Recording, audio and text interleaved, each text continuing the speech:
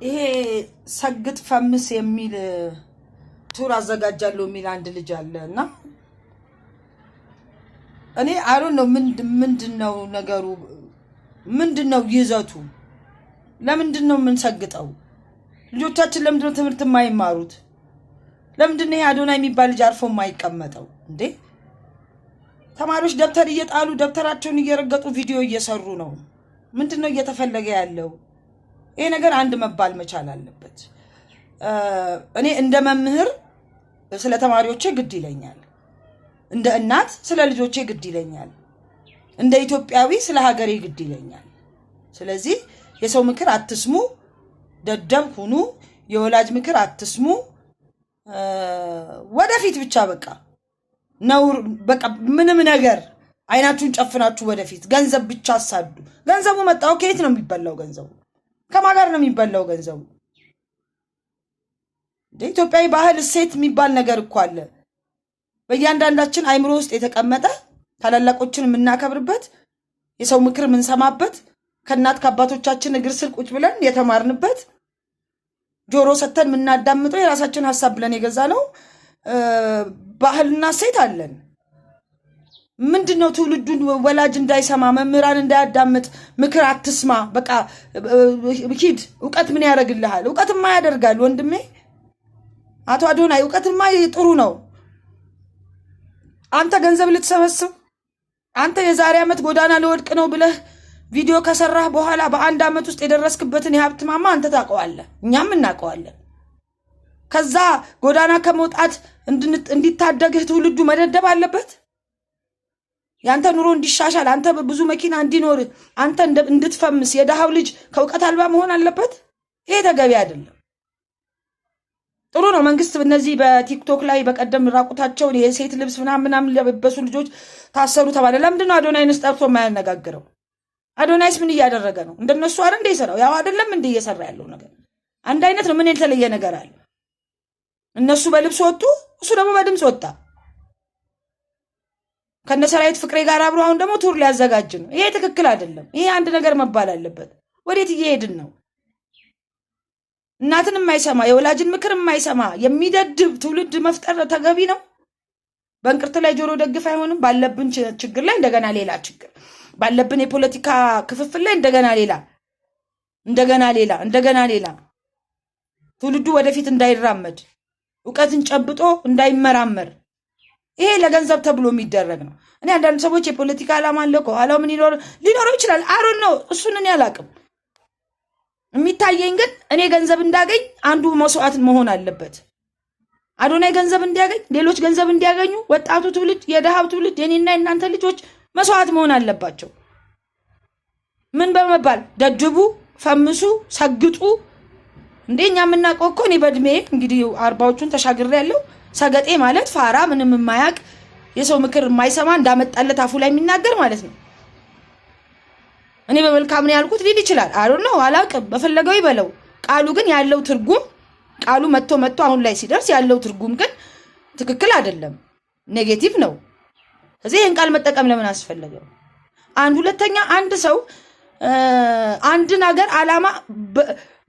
በቦሌም አሳካለው ብሎ በመያዙ ነው ወይ ስኬትን የሚያገኘው ይሄ ትክክል አይደለም በቦሌም ማለት እኮ ወደ ትምህርት ዓለም ስናመጣው ኮርጆ ምን ብሎ በቃ ብቻ ወረቀት ላምጣ ልክ በፊት እንደነበረው በ27 አመቱ ዲግሪዎች ማስተርሶች ዲፕሎማዎች በየቤቱ እየታተሙ እንደሚሸጡት በቃ የትንፍጩ ዱቄቱን አምጪው ይሄ ትክክል አይደለም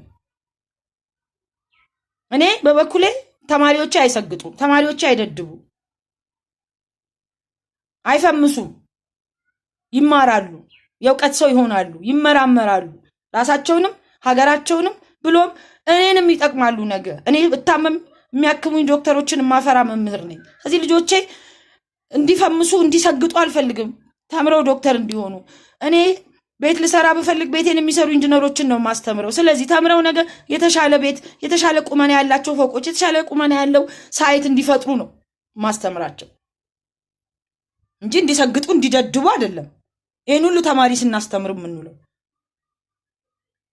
ስለዚህ ወላጆች መምህራን ሁሉም ማህበረሰብ ይሄንን ነገር አንድ ሊለው ይገባል መንግስት እነዛ በቲክቶክ ላይ ከማህበረሰብ እሴት ያፈነገጠ ልብስ የለበሱትን ልጆች እንዳሰረ ይሄንንም ልጅ መላድ ይለው ይገባል። እሱ ገንዘብ እንዲያገኝ የኛ ልጆች የደሃ ልጆች የኔና የናንተ ልጆች ስንት ዋጋ ከፍለን ነገ የት ይደርሱልናል ብለን የምናስተምራቸው ልጆቻችን መደደብ የለባቸው፣ መሰገጥ የለባቸው። ይሄ ልጅ ዓመት አልሞላም እኮ ከዓመት በፊት ነው። በቀደም ደግሜ ቪዲዮን እያየሁት ነበር። ወገኖቼ ጎዳና ልወድቅ ነው እያለ ሲለምን ዛሬ የት ነው ያለው? እዛ ማን ነው ያደረሰው? እኔና እናንተ አይደለን ፎሎ እያደረግ ነው? እኔና እናንተ አይደለንም? ግለ ወሲብ ጥሩ ነው፣ ግለ ወሲብ እንደዚህ ነው፣ እኔ እንደዚህ ፈጽም ነበር የሚል ነውርን እያበረታታን እዚህ አድርሰን ይሄው ዛሬ በየቤታችን አንኳኩቶ ገባ። ተማሪ ልጆቻችንን ሰግጡ፣ ደድቡ፣ አትስሙ ሰው አለልን። የዘራነውን አጨድን። ይሄ ልጅ ትክክል አይደለም ስንል ያኔ ስንት ውርጅብኝ ወረደብን። ምቀኞች ተባለን። ኖ ምቀኝነት አይደለም። ይሄው ዛሬ ግን እያንዳንዳችንን ቤት አንኳኩቶ ገባ። ተማሪዎች ጭራሽ ብለው ደብተራቸውን እየረገጡ ሰግጥ ፈምስ የሚል ቪዲዮ ሰርተው ማየት ደረጃ ደረስን። ይሄ ትክክል አይደለም። ይሄ ሃይ መባል አለበት። በልኩ ሊነገረው ይገባል። እኔ የወለድኳቸው ልጆቼም ተማሪዎቼም ልጆቼ ናቸው። አይሰግጡ፣ አይደድቡም፣ አይፈምሱም። አለቀ። አይደድቡም፣ አይሰግጡም፣ አይፈምሱም። የኔ ልጆች ተማሪዎቼም በ23 ዓመት የማስተማር ሂደት በኔ ስር ያለፉ ተማሪዎቼ ወደፊትም የማስተምራቸው እንዲሰግጡ፣ እንዲደድቡ፣ እንዲፈምሱ አይደለም፣ ሰው እንዲሆኑ ለራሳቸው፣ ለማህበረሰባቸው፣ ለሀገራቸው፣ ለሚመሰርቱት ትዳር፣ ለሚወልዷቸው ልጆች ሰው ሆኖ መኖር የሚችሉ ዜጎችን ነው ማፈራው እንጂ የሚሰግጡ የሚደድቡ አይደለም። ስለዚህ አዶናይ ብታርፍ ጥሩ ነው። እኛ መምህራን ከብዙ ነገር ጋር እየታገልን ነው የምንውለው፣ በተለይ የመንግስት የምናስተምር መምህራን። አሁን ደግሞ ሌላ ትግል መጣህብን አንተ። ተማሪዎቻችንን እያስተማርን እንዳንውል፣ ተማሪዎቻችንን መክረን እያያዝን እንዳንውል። ስለዚህ እጅህን ከወጣቱ ላይ አንሳ። አንተ ልጅ የራስህን ኑሮ አመቻችታል፣ እሰየው፣ በፈለግከው መንገድ ሂድ። አንተ ሰግጥ፣ መብት ነው። አንተ ደድብ፣ መብት ነው። አንተ ፈምስ፣ መብት ነው። ልጆቻችንን ግን አትንካብን። እጅህን ከዚህ ትውልድ ላይ አንሳ። አመሰግናለሁ። ይህን ቪዲዮ ከወደዳችሁት ላይክ፣ ሰብስክራይብ እና ሼር አድርጉ። አድርሱልኝ ለአዶናይ። አመሰግናለሁ።